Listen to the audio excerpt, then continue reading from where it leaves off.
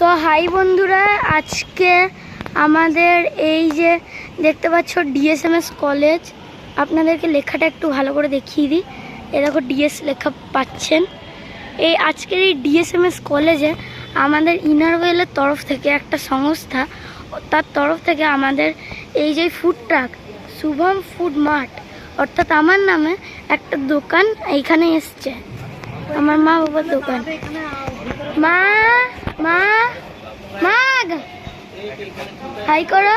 High বাবা, uncle, Tapan uncle, আরেকজন কই? ও তুমি কি বলবে? যাদেরকে আমি দেখালাম সবাই আমার এই শুভম ফুড সবাই যাদেরকে দেখালাম তারা এখন আমাদের সবার একটা মানে